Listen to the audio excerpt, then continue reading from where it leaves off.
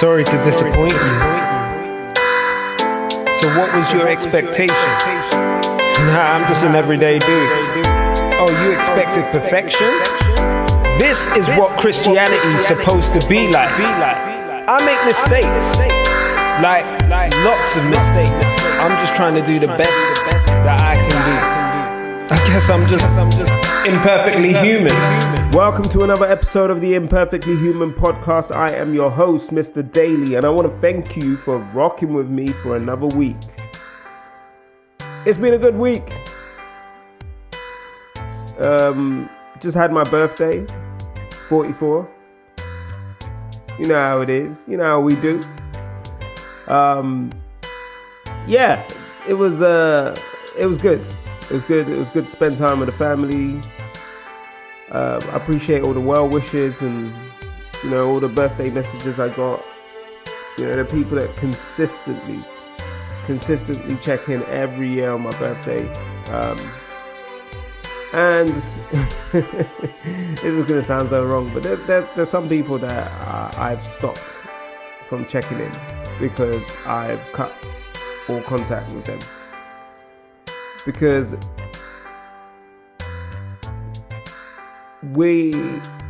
how do I put this? I don't do pretense. I don't like to pretend that I'm someone's friend. We may have known each other and we may have been really good friends in the past when we were kids. But the truth of the matter is, we're not really friends anymore. We're acquaintances at best. And, you know, when you start to realize that your values don't line up with someone's values, the way you think doesn't line up with the way that they think, you know, I think the right thing is to just separate yourself. Now, it's not a case of being cruel or anything like that. It's about keeping like-minded people around you. Iron sharpens iron, that kind of thing. So, you know, when I say that I've cut some people out that are not really adding value and stop them from being able to wish me well on my birthday, that's what I mean. I've just, you know, separated myself from some people that are just not, they're not part of my journey anymore. Doesn't mean there's any malice or ill intent towards them or anything like that. Anyway, this week we're going to jump into some good stuff. I'm excited about what we got coming on this week's episode. I am looking forward to share what's been on my mind. So, let's do this. Before we jump into the show, I'd like to invite you to subscribe to the podcast. If you haven't done so already, what are you waiting for? It's so simple to do. Head over to your favorite streaming platform, search for the Imperfectly Human podcast, and hit follow or subscribe, dependent on the platform that you are using. It would be greatly appreciated. It goes a long way in supporting the show and helps us keep creating great content for you. I want to know why little kids don't know when to stop talking. That's what I'm talking about today when I'm bringing up this daddy dilemma.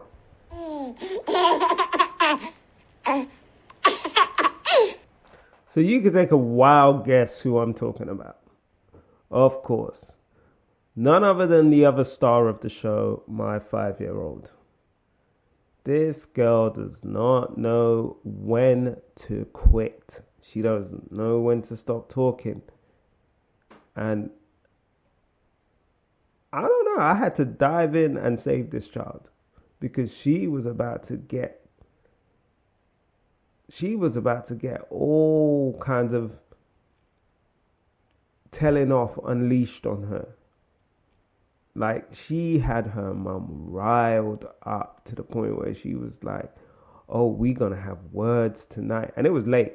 And it's, you know, I'm doing the bedtime routine. And I'm like, oh, I do not need no screaming child.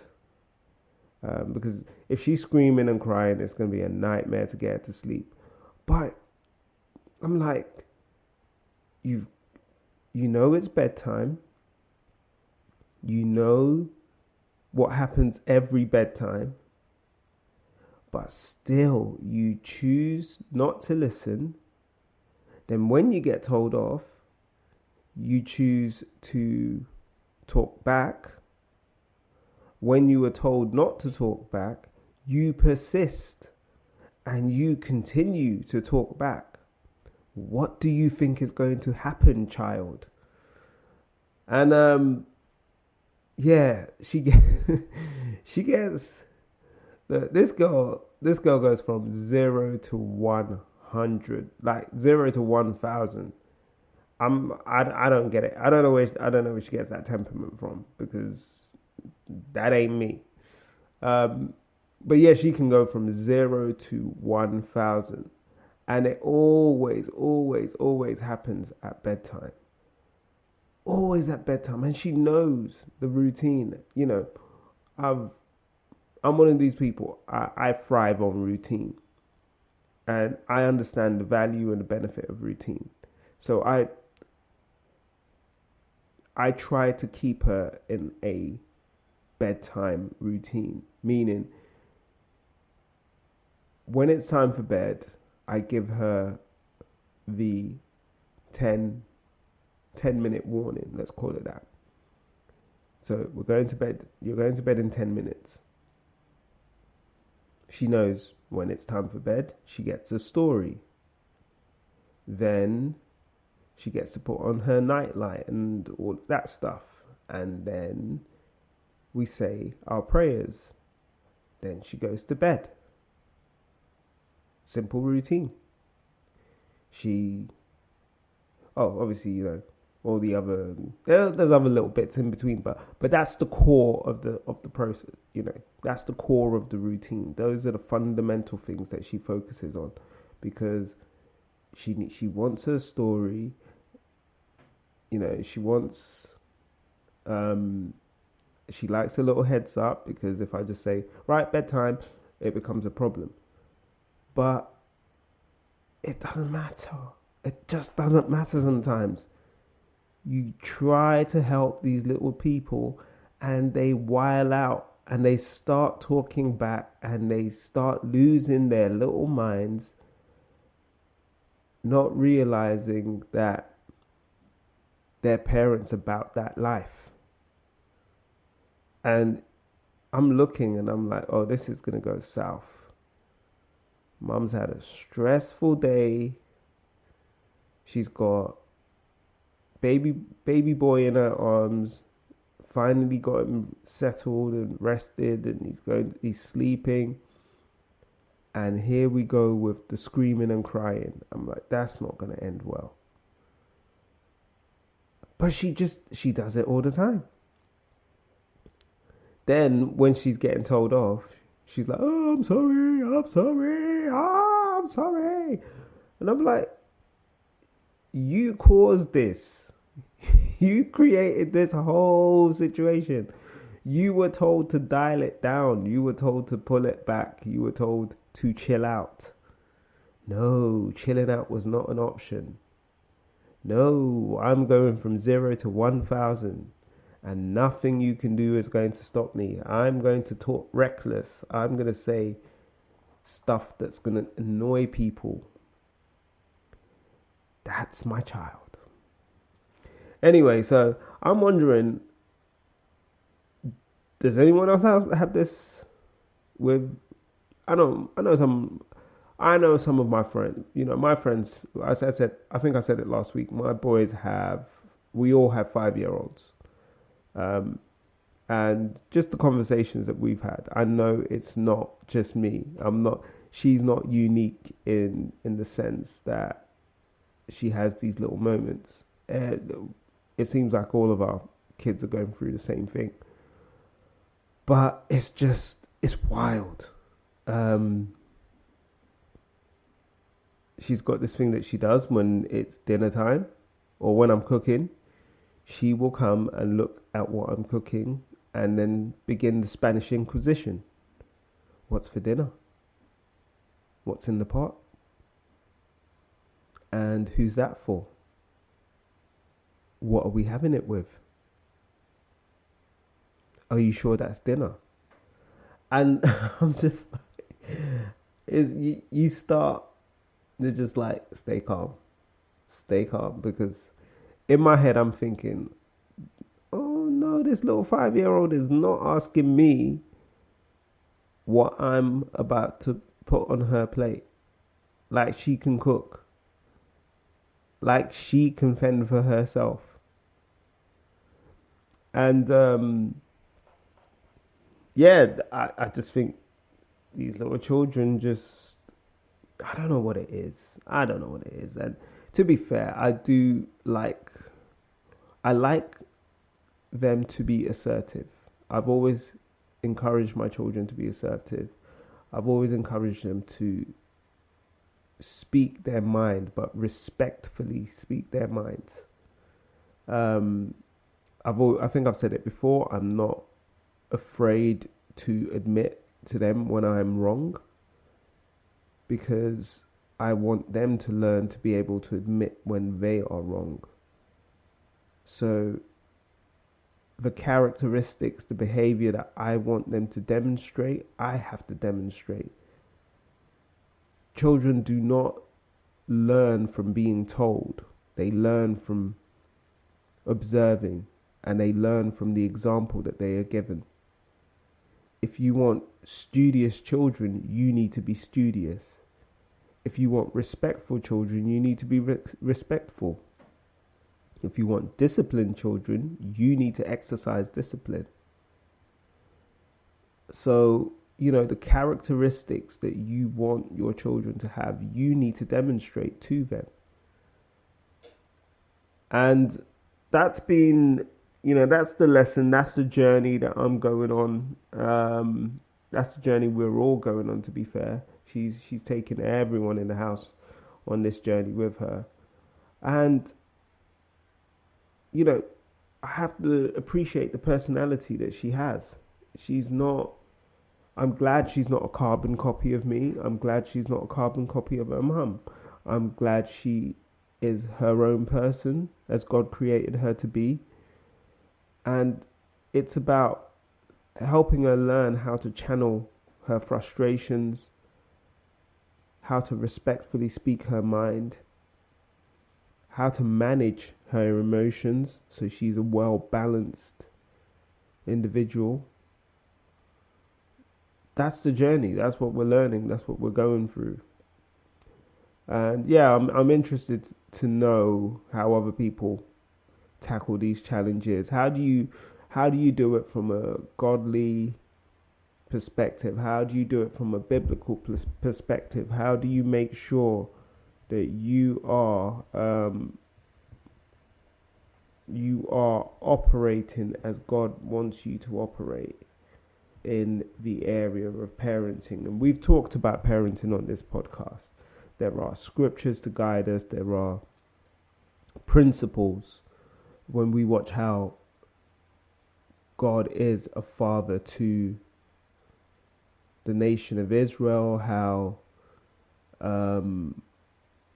just when we watch the character and the life of Jesus and how he is a father to all, a father to all, a brother to all. It's just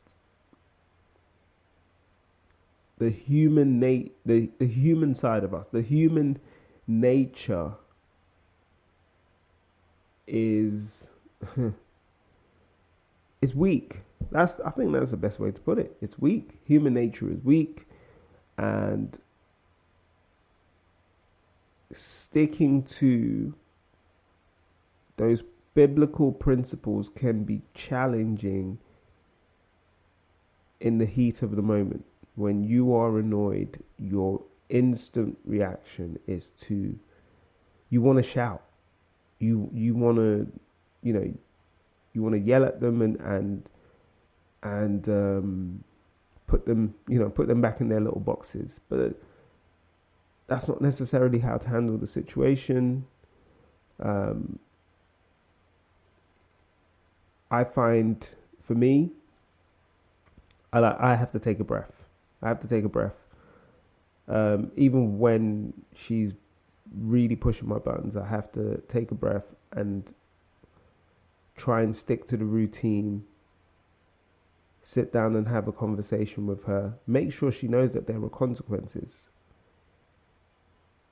There are always consequences to our actions, and teaching our children that is not wrong.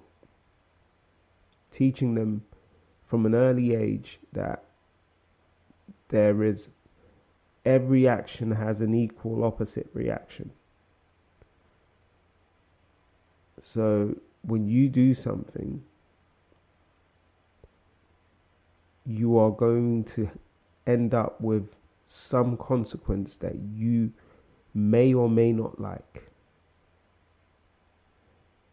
And it's important to know that. So yeah, it's a journey. As I said, it's definitely a journey. It's definitely something I'm learning. The family's learning. We're learning together. But man, this little girl does not know when to quit talking. This week, we're talking about peer pressure and social expectations. So we're continuing on our conversation about men and manhood, the usual. I'm not saying the usual as in, like it's a bad thing. I'm talking about we got a lot to get through in this, because I really do want to challenge our conception of what manhood is, our viewpoint, our notions, the traditional and I guess the social expectations, the societal expectations of what manhood is. So men are often pressured, and you would think I'm talking about children here, but everyone is susceptible to peer pressure. Remove the idea that you have of peer pressure in, the visual that comes to mind is it's a bunch of kids together encouraging and trying to coerce another child into doing something that they don't want to do. I think that's the most basic form that peer pressure can take. Peer pressure nowadays is far more, it's not even subtle, let's be honest. We stroll into peer pressure. And what I mean by that is we are constantly bombarded with imagery that sort of tries to set the tone and tell us how we should behave. Social media is used as a path for pushing a narrative. We have people called influencers. Influencing someone is applying a level of peer. Depending on the approach, but it could be a form of peer pressure. What an influencer is doing. But an influencer is trying to influence behavior. Clue is in the name. They are trying to get people to either purchase products or use certain services, try out and try to replicate a certain lifestyle choices. And let's be real, there are very few of these influencers that are actually living the lifestyle that they push. Not everyone that you see on social media is real. I saw a funny clip yesterday, and I've seen it as well. There is this AI influencer, an AI account. It's created to represent a black woman. Her facial features are damn near perfect. The physical attributes they match the aesthetic that I guess a lot of women think men want. We're not even going to get into the conversation about men and what we are attracted to and the attraction to normal bodies and all of that stuff. That stuff is real. I think that's another conversation we really do need to dip into, but that's not for today. But this AI influencer has the aesthetic that women believe men want, and I guess the aesthetic that those toxic alpha males push.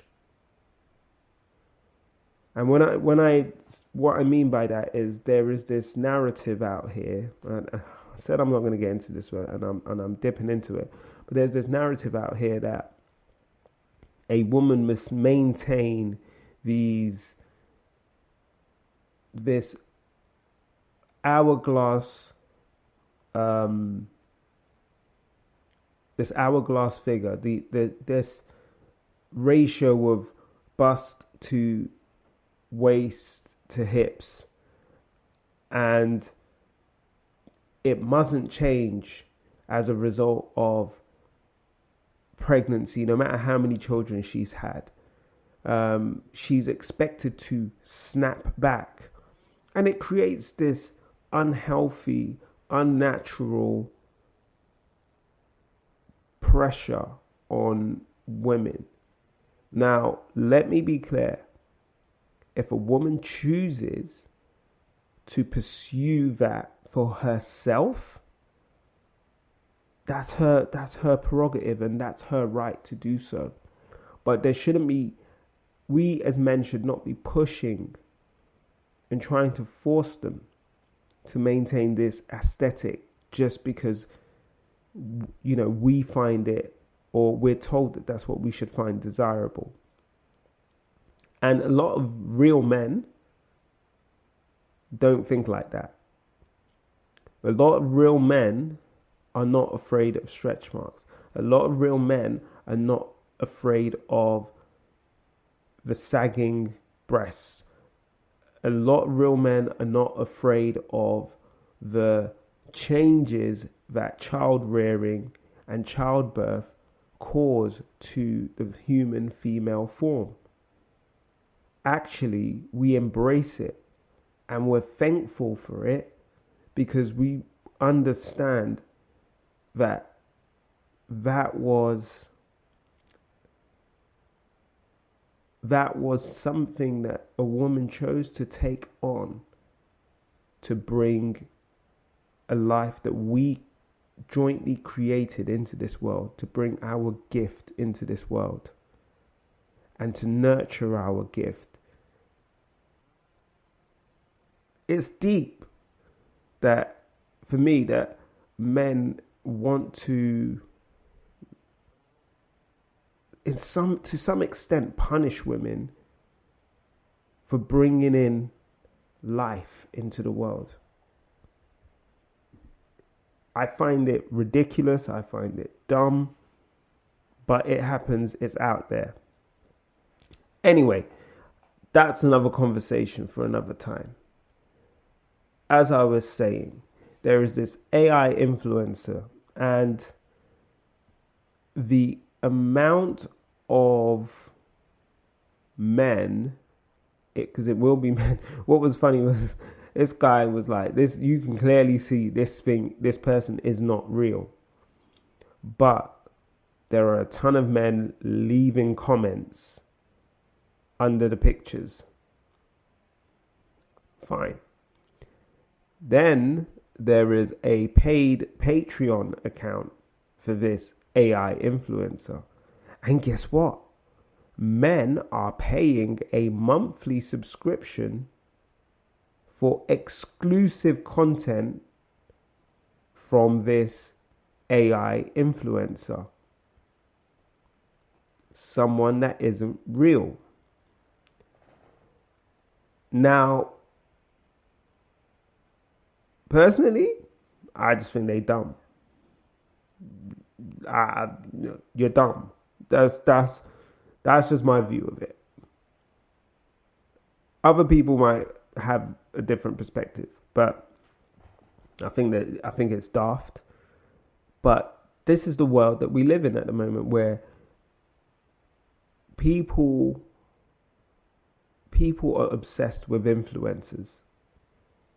It looks like it doesn't matter whether they're real people or AI generated people. People are obsessed with influencers. So when we have these influencers, and we have female and we have male influencers, most people are familiar with the female influencers. Those are the people you see all the time, because I guess we want to say that social media influences women more. I don't believe that's true. I believe social media influences men quite a lot. You will find that a lot of men follow female influencers. You will find that a lot of men secretly watch female influencers. Don't want to know why. And I think the reality is that both men and women are susceptible to the dangers of social media. And one of the big dangers is that peer pressure. It's that narrative, because there is a toxic narrative not only pushed by these alpha male personas that exist on social media that try to encourage and influence men to behave in a particular way.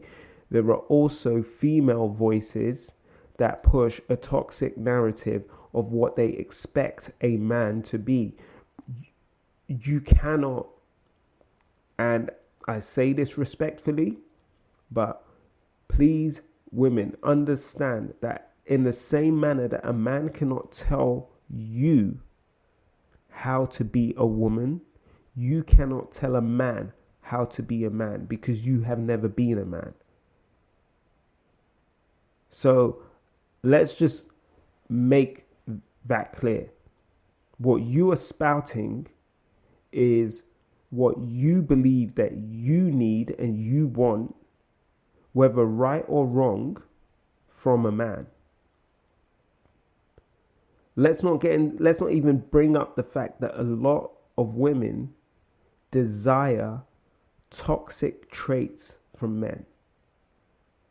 A lot of women they perceive aggression as masculinity. They believe that a man, and I'm jumping into this, so let's just put these out there, because I believe the alpha male personas and these toxic female influencers and toxic voices put the same things out there. So the most common social expectations or things that men may succumb to due to peer pressure include displaying toughness or emotional stoicism. We've talked about the emotional stoicism so many times. Being sexually assertive or aggressive. Avoiding vulnerability or showing weakness. Conforming to traditional masculine stereotypes in appearance and behavior. Pursuing certain career paths or interests to align with societal norms. Suppressing emotional expression, particularly sadness or fear. Engaging in risky behavior to prove masculinity or gain acceptance amongst peers. And those things are obvious. I don't want to say obvious. Then those things are the most common traits that you will come across being pushed. Those are the things that you will see people suggesting that a man does or a man is. A man is this macho guy that isn't afraid of anything. If you are not afraid of anything, something is wrong with you.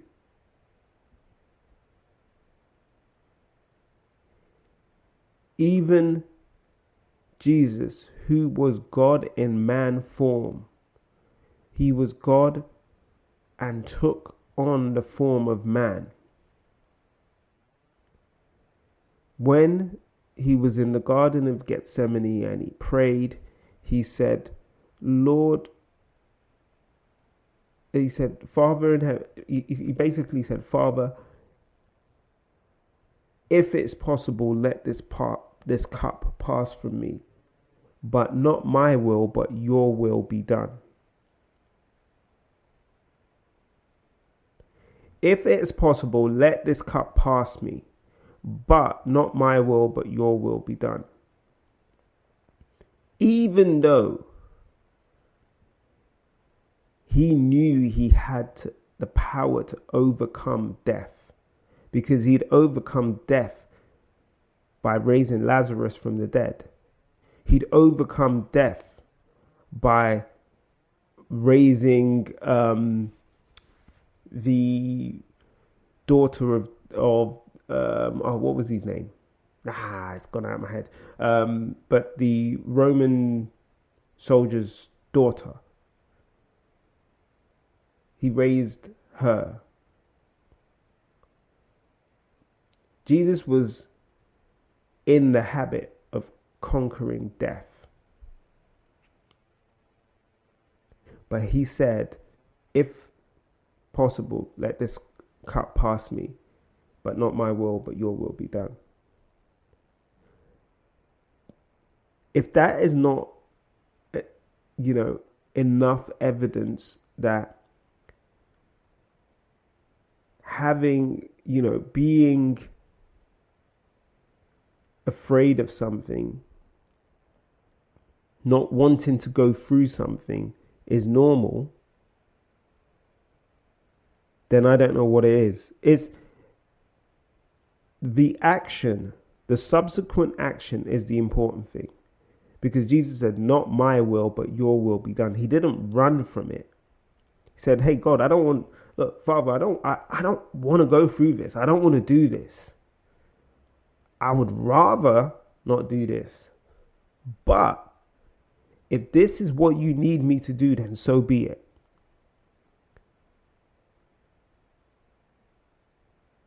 There's nothing wrong with that. There's nothing wrong with expressing that you are afraid of something. This view that we have to be tough all the time. This view that we have to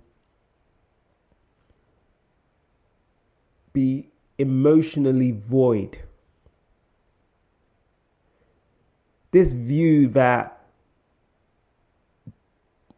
being able to express how you feel is a sign of weakness is a problem. And whether we like it or not, the narrative that is pushed across social media, across so many of these accounts and these influencers, male and female, is that you're not a man if you're not a tough guy. I've seen how it ends for tough guys. Or I've seen how the so-called tough guys demonstrate their toughness. I've seen some traumatic stuff, and you know, I'm in the habit of blocking these accounts because, listen, I don't need that nonsense. But there was a video. There was a video of a father going to pick up his son from his ex and the stepfather, and he gets into an altercation with the stepfather. They're arguing. The stepfather goes in, comes back out with an automatic weapon. The argument continues. Clearly the father says something that the stepfather doesn't like. The stepfather takes back and fires 2 shots and puts the boy's father down in front of the boy and the ex and the neighbors.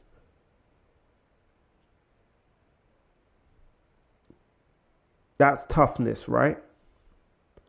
That's what we view as being tough guys. Where is the strength in that situation?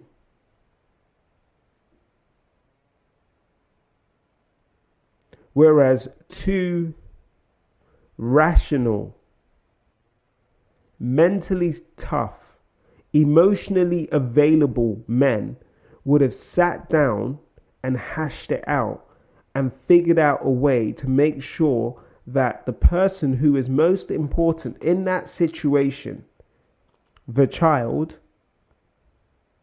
is taken care of.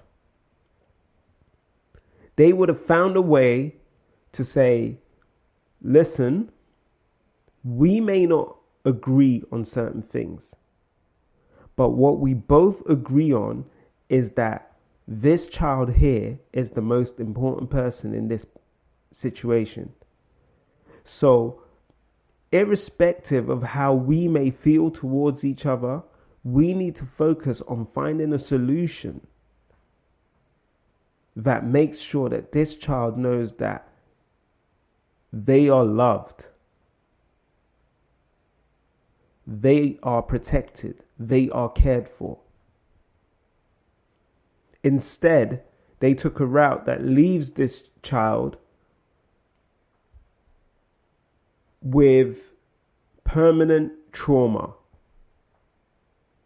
nightmares,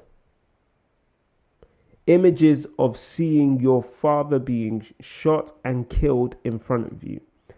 That is the world's view of toughness, of what manliness looks like.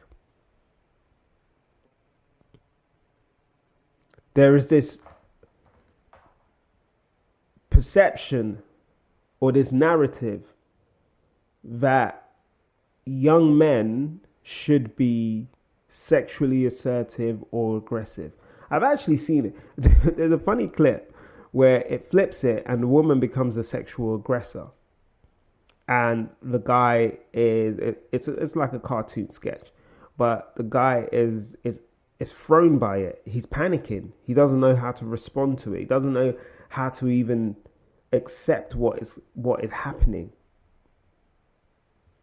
But it makes you think, how do women feel when men are that pushy and sexually aggressive towards them, or sexually assertive?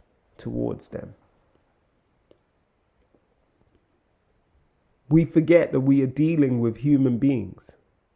We forget that we are dealing with people with emotions and their own traumas and their own pains and their own challenges. But we choose to push this aggressive, assertive behavior as the norm. And we teach it to the generation coming up. And you might be like, well, I'm not out here talking to my child and saying you need to be like this. No, the videos, the music videos that you allow your children to watch, they already condition them as to how they should treat women.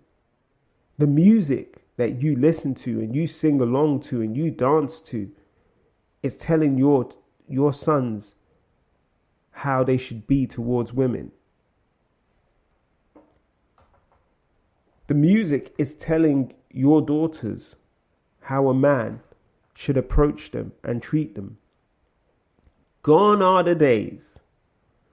Gone are the days where music talked about romance, whining and dining and caring for someone, loving someone unconditionally, all of that stuff. No, what we have in music today is, I want to do A, B, C, and D to you. I want to make you call out my name, and we have a narrative that focuses on the wrong things and influences the way that young men approach young women. And they influence it in the most negative and toxic way. But we still play this music. We still buy this music. We still celebrate this music. We say that this music is our culture. So we are now embracing a narrative that says that our culture is to, and again, we're slightly going off topic here. Actually, no, we're not.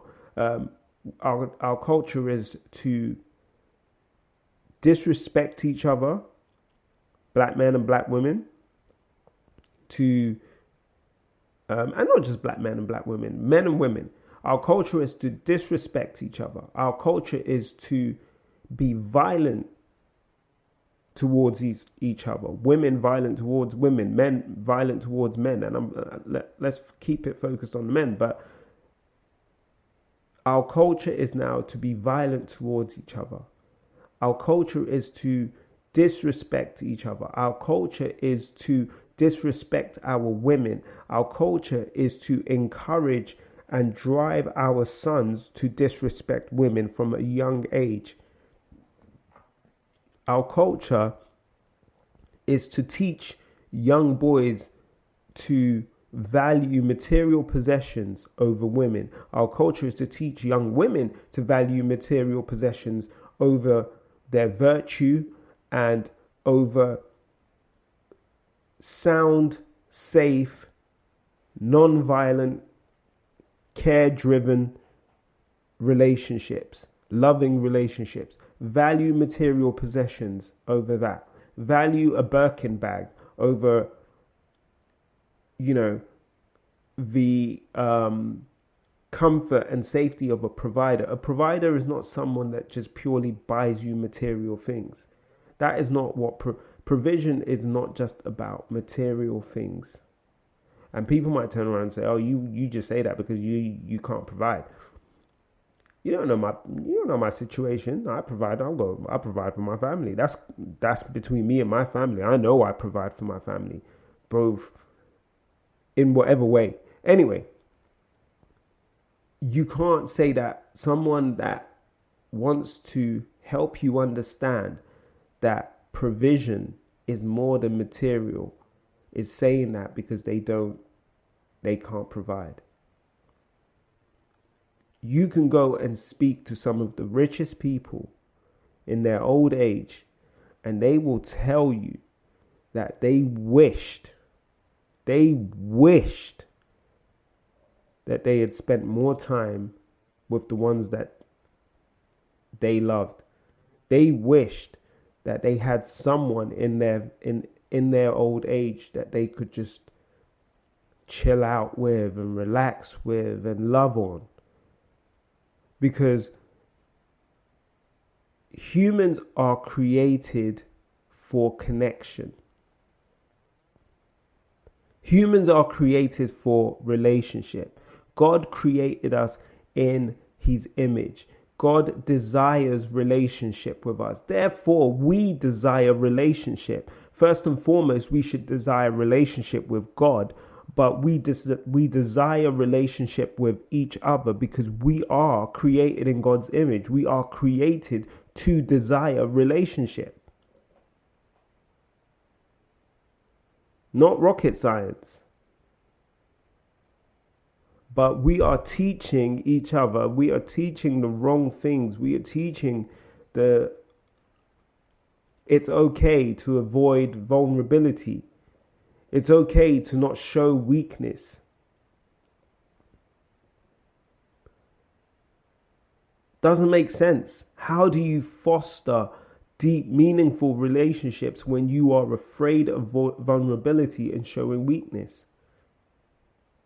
How do you find that person that was created to complete you when you do not want to show anyone the incomplete parts of you? How do you grow and become a stronger person if you are denying your weaknesses?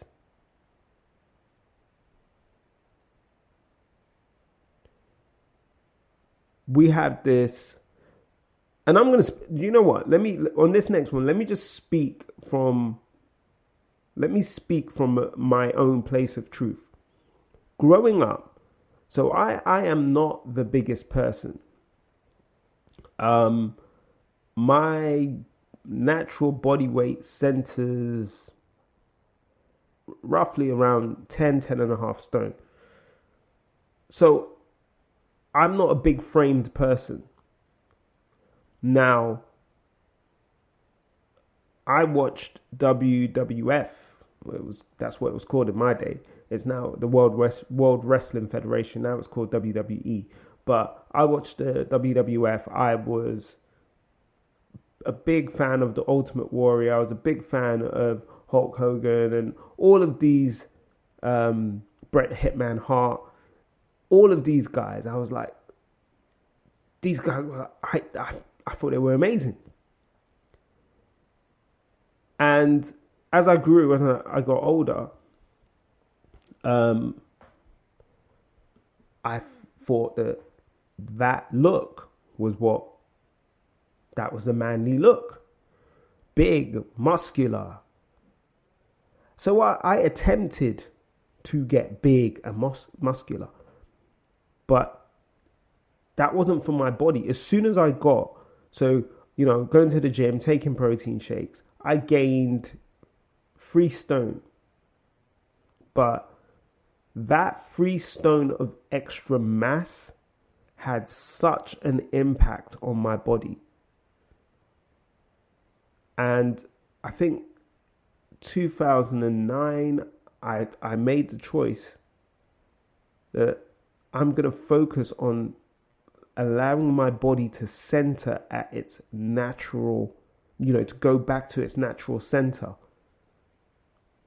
And I will focus on health rather than the aesthetic.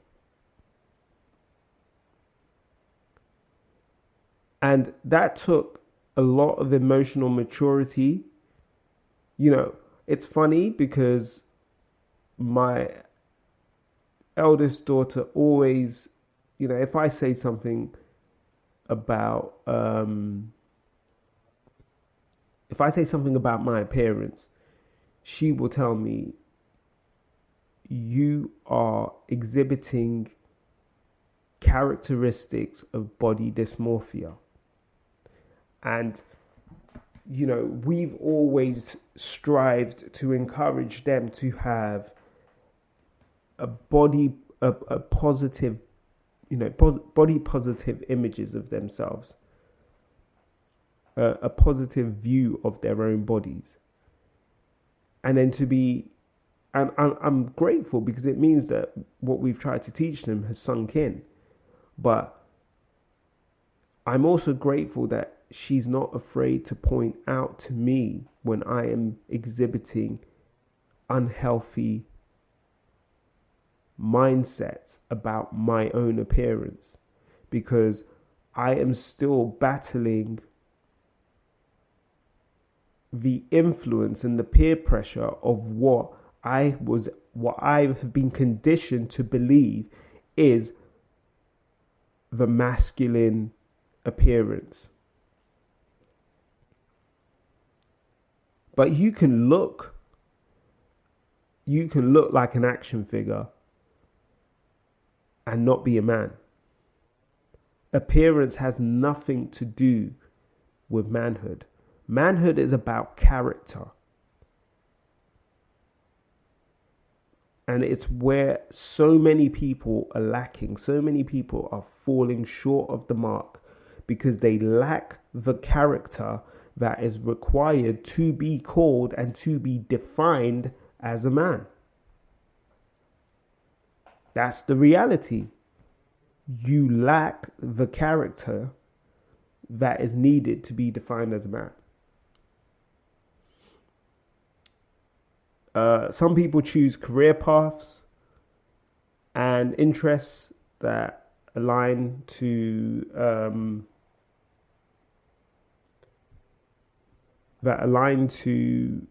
these societal norms. I say pick a career path that makes you happy, but hey ho. I say, and I guess I get what they mean. So some men will pursue career paths that are deemed to be,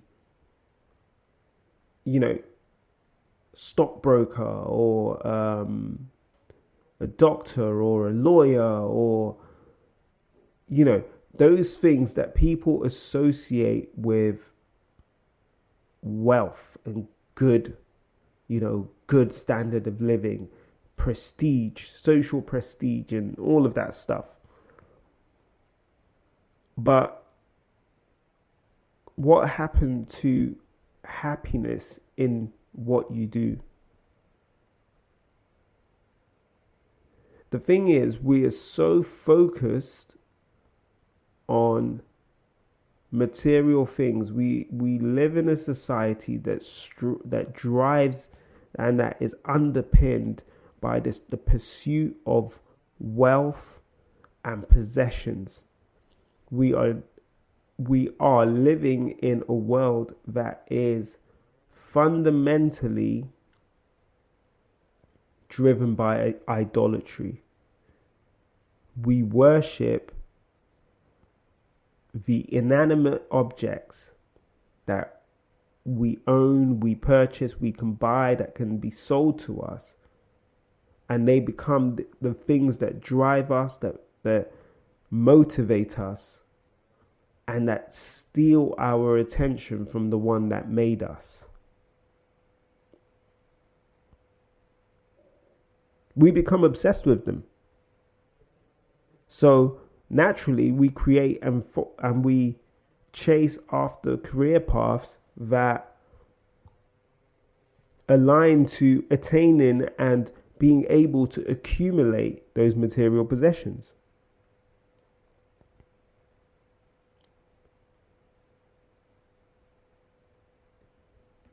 When God created Adam, he gave Adam work. He didn't give Adam a job. He gave Adam work. He gave Adam something that fulfilled him. Something that gave him purpose. When he gave Adam work, there was no monetary exchange.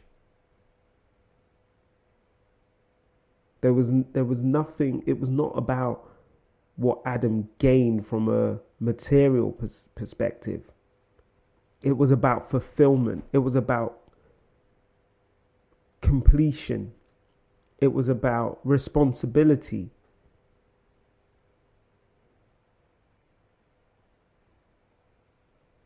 But as we have moved to a world where we call the shots and we define the standards and we define what is good and what is great and what is the norm and what is acceptable and what isn't, we have skewed what work is. In fact, we have done away with work and replaced work with jobs. Because a job is something that you do to earn money. It's not something that you love. It's not something that you enjoy. It's something that you do to get by. Work is something that is intrinsically connected to who you were created to be, where the money is not even a factor. The money is a symptom of you doing and completing your work. It's a byproduct. It is a blessing that you receive for something that you would do for free. I believe it's more important to find what you were created to do and to make that your work than it is to get a job and to live out your days being a slave to material possessions.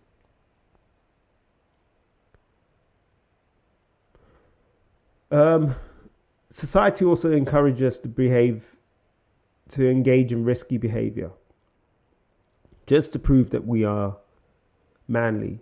And you see the dumb things that people do.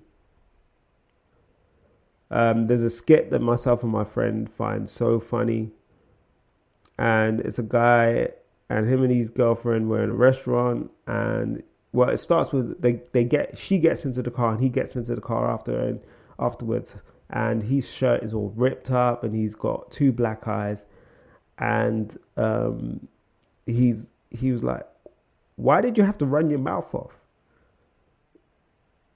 It wasn't enough when that first guy jumped me, the second guy jumped me, the third guy jumped me, the fourth guy jumped me. You just kept running your mouth off. You just had to keep going. You couldn't stop even after they gave me the 2-piece combo. And it's funny. Don't get me wrong, it's a funny skit, but it helps in conveying this message that I'm trying to get across here. That sometimes as men, we put ourselves in situations, or we feel that we have to engage in a situation that is risky and dumb just to prove that we are manly. You do not need to fight someone to prove that you are manly. There is nothing wrong in trying to verbally resolve conflict. I saw a great video where 2 men disagreed because one felt the other one cut him up. And they got out of the cars and, someone was filming it. And these 2 men both verbally expressed their frustration, came to an agreement, told each other they appreciated each other, hugged it out, and went about their day.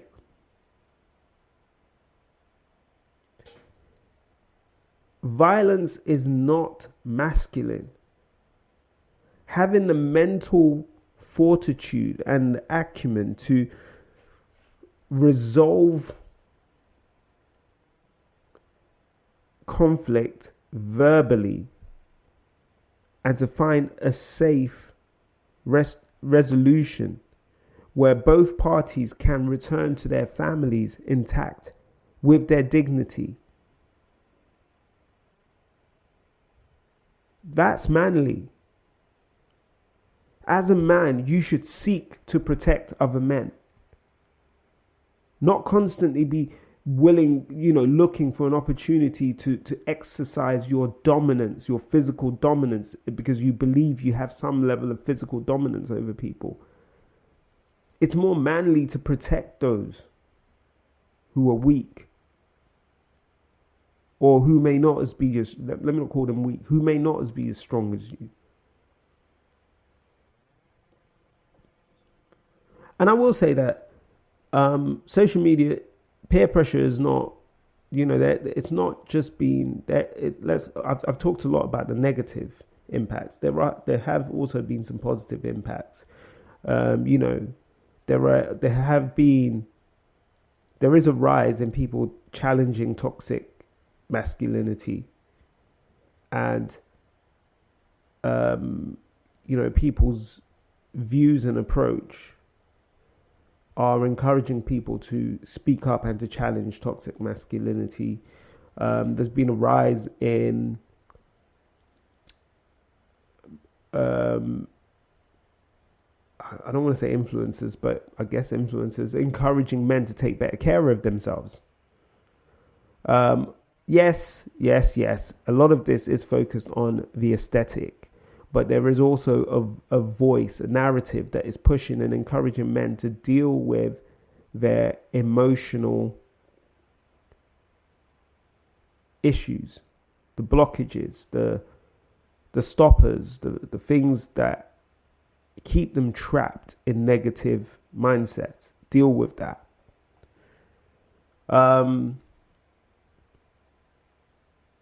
There are people, and I guess I may be one of those voices, that are talking to men about accepting the diverse body types. Have a positive body image, irrespective of what your body looks like. You don't have to be unrealistically muscular. Your body may not even be designed to handle that. Your genetics may not lean towards that. You might, like me, I am genetically predisposed to having a smaller frame, and I've come to accept it. So I focus on having the best frame that I can have. I try to keep myself toned, well defined, building as much muscle as possible, but not focused on trying to get huge, because getting huge is not what my body was designed for. Accept what you've been given and love what you've been given. And learn from each other, learn from our cultures. And I'll say it here, I've said it before, but I'll openly say it here again. Hip hop is not a culture. Hip hop is a genre. Stop trying to turn something that is plagued with negativity into a culture for black people. It's not a culture. And when people push it and try and tell you that it is your culture, hip hop is not your culture. Do your search through your history. Go back, see what your people did in, hundreds of years ago. It wasn't hip hop. Hip hop is a new thing. Hip hop is a genre. Let's talk about what it is. I'm not trying to belittle hip hop, but I'm not trying to push it. Also, I'm not going to accept that notion that it is a culture, and therefore what it stands for represents the norms of behavior within the black community. It doesn't. Learn from the different cultures. Learn from Caribbean men. Learn from African American men. Learn from British black men. Learn from African men. Learn to take the positives and help to challenge the negatives within the vast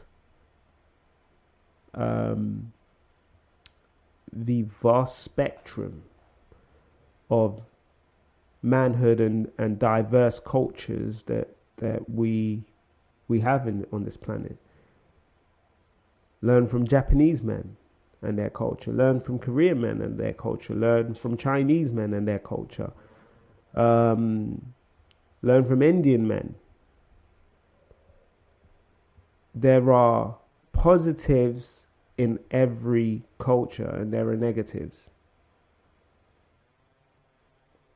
Let's focus on learning from the positives and challenging the negatives.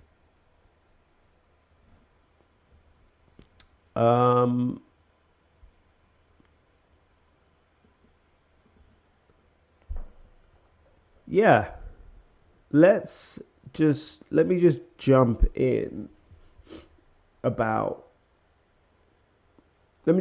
give some scriptures and just on some of the stuff that the Bible says about peer pressure. So Proverbs 13:20, walk with the wise and become wise, for a companion of fools suffers harm.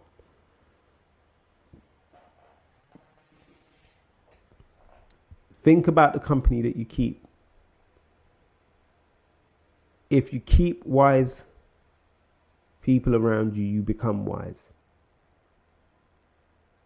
But if you surround yourself with fools, they lead you to destruction. 1 Corinthians 15:33, do not be misled. Bad company corrupts good character. As we've said, manhood is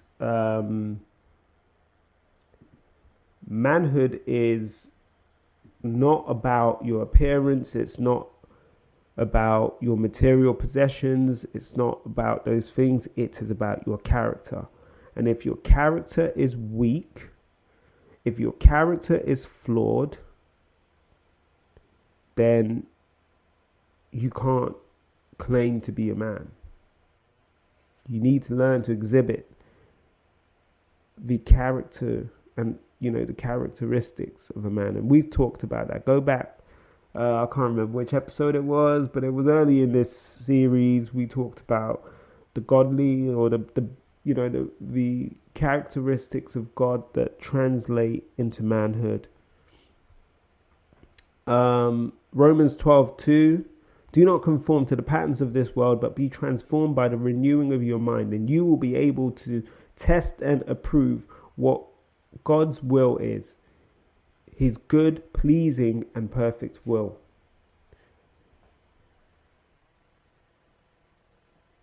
As men, it is important that our foundation is the blueprint that was left for us.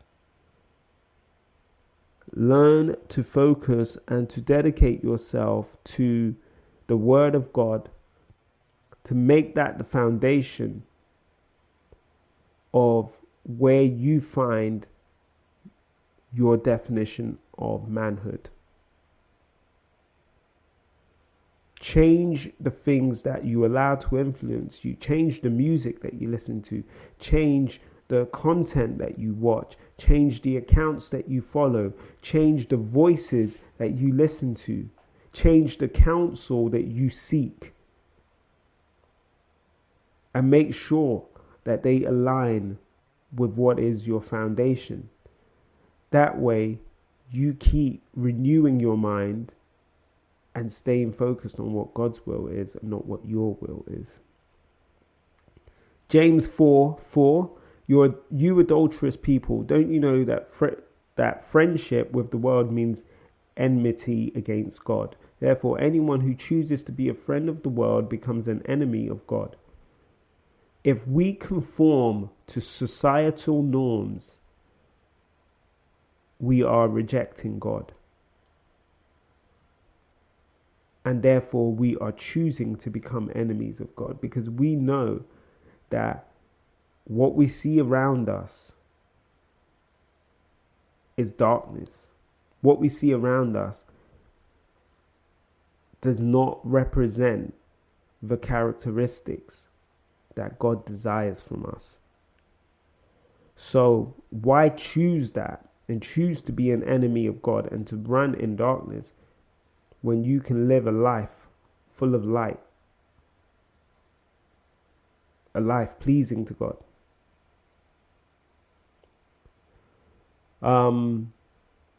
As men, it's also important that we speak up for the people that are marginalized, because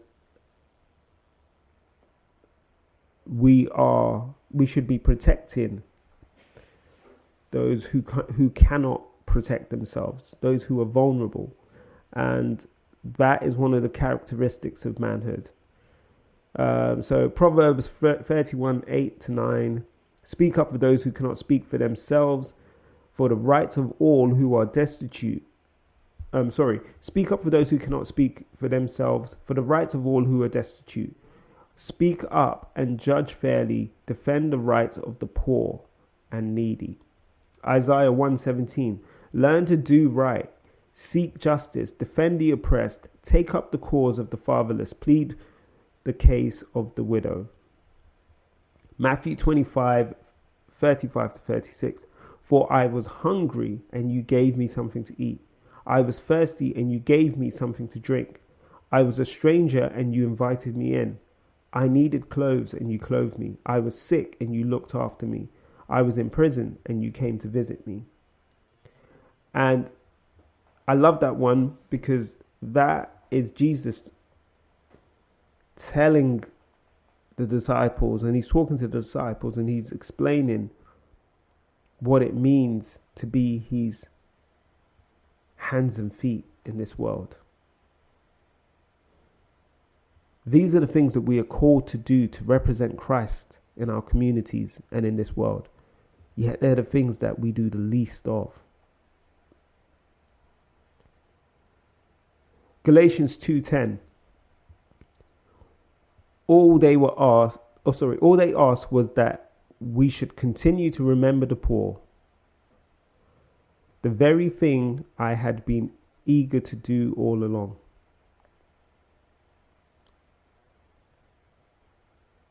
We cannot neglect the needs of the marginalized, the oppressed, the vulnerable, the needy.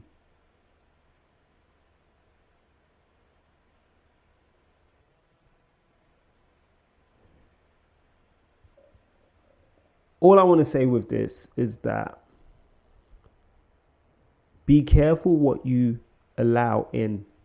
Be careful what you take in and allow to influence and to steer and direct your mind.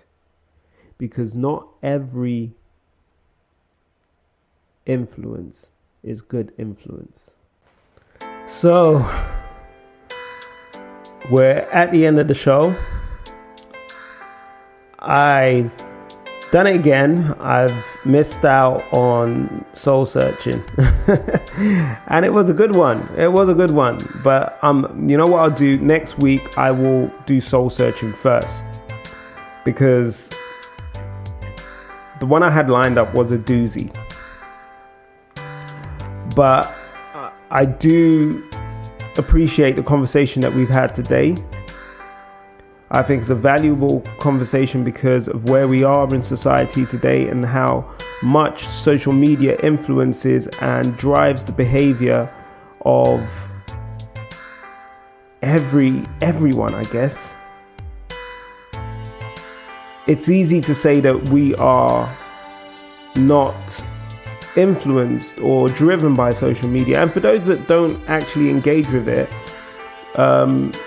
you may not engage with social media, but I still believe that to a certain extent we are influenced by social media. The most, let's put it this way, the apps are not the only form of social media that exists nowadays. Radio, to me, is social media. You are being influenced by someone's perspective on radio. Reality TV is social media, and we are bombarded with that.